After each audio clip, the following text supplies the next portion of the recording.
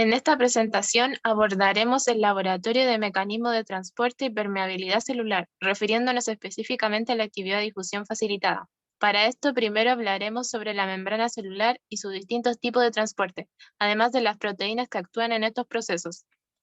Los objetivos serán conocer la composición de la membrana celular, comprendiendo que se encarga de separar el medio intracelular del extracelular, conocer la difusión facilitada y sus diferencias con otros tipos de transporte en la membrana celular, identificar algunos ejemplos de difusión facilitada en el cuerpo, presentar los experimentos del laboratorio mediante el programa PhysioX, analizando y explicando los resultados.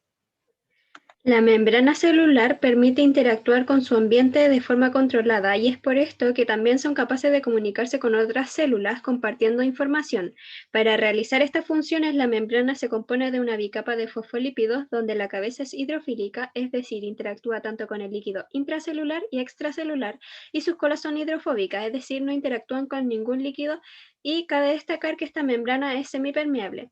También encontramos proteínas que participan en el transporte a través de la membrana y en la comunicación celular. Además tenemos carbohidratos que se unen a lípidos y proteínas y ayudan a que las células se reconozcan entre ellas.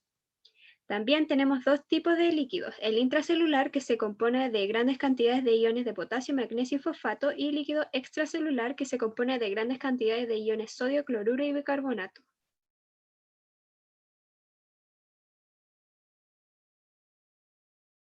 Las proteínas transportadoras de membrana están ubicadas en las membranas celulares y conforman una red de canales, bombas y sistemas transmembranosos que transfieren nutrientes y muchísimos otros componentes celulares que mantienen vivas las células. Siguiente.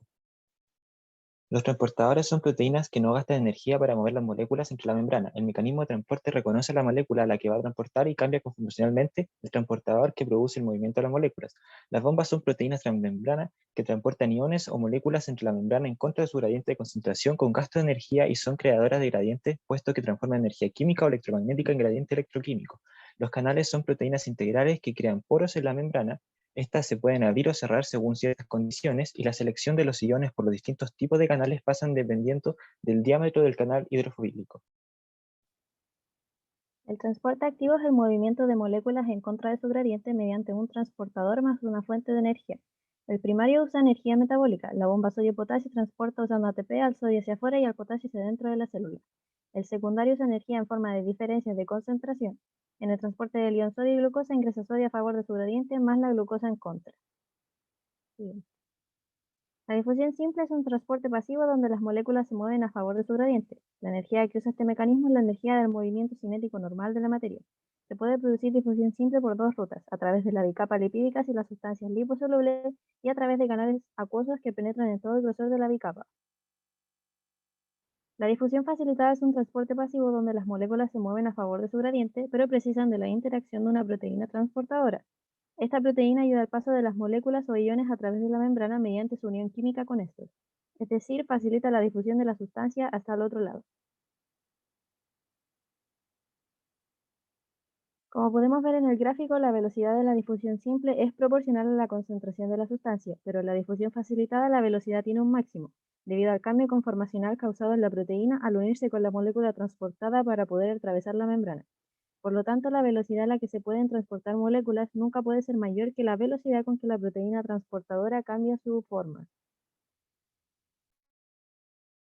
Aquí tenemos algunos ejemplos de difusión facilitada en el cuerpo humano. Las acuaporinas, que son transportadoras de agua, los transportadores de glucosa en el intestino delgado y el canal cloro-potasio.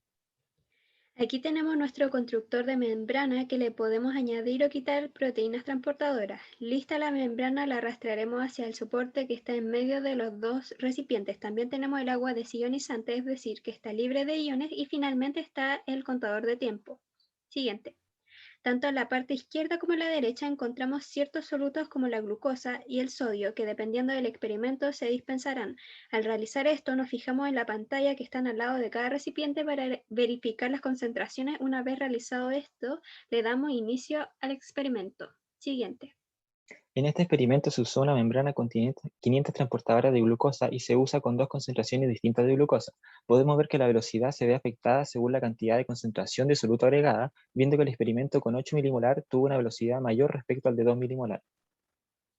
A partir de los resultados obtenidos en los experimentos anteriores, se puede deducir que a una misma cantidad de carriers con concentraciones distintas, el equilibrio va a ocurrir primero en la solución con menor concentración, debido a que los transportadores se saturan.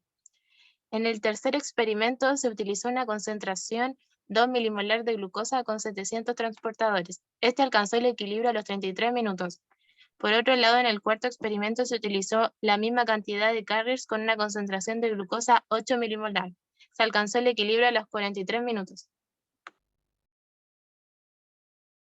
En este caso ocurre lo mismo que en la situación anterior. A altas concentraciones y cantidad limitada de carriers, el equilibrio va a ocurrir un poco más tarde en comparación a un sistema que contiene la misma cantidad de transportadores pero con una concentración menor. Al tener que cambiar su forma para lograr pasar la glucosa, los transportadores tienen que volver a su estado original para continuar con el paso de otras moléculas de la misma especie. En el quinto experimento se utilizó una concentración 10 milimolar de glucosa con 100 transportadores. En este caso no se alcanzó el equilibrio. Por otro lado, en el sexto experimento se utilizó una concentración de 2 milimolar de glucosa con 700 transportadores, más una concentración 2 milimolar de iones sodio y cloruro. Ambos experimentos son de naturalezas totalmente distintas, pero ambos arrojan resultados interesantes de estudio. Por ejemplo, que a altas concentraciones y a baja disponibilidad de transportadores, el equilibrio ocurrirá a un tiempo alto. Por otro lado, se puede observar que la presencia de iones sodio y cloruro no afecta la velocidad de transporte de la glucosa. Esto porque este tipo de membranas permite el paso libre de iones. A modo de conclusión y basándonos en la tabla, podemos decir que a mayor cantidad de transportadores, la velocidad de transporte es mucho menor. Esta velocidad también va a depender de la concentración, ya que a mayor concentración, más tiempo demora en llegar al equilibrio. Por último, igual como ocurre en el programa, en el cuerpo humano la presencia de sodio no afectará la velocidad de difusión de la glucosa, ya que ambos difunden de manera pasiva por canales distintos y también de manera conjunta.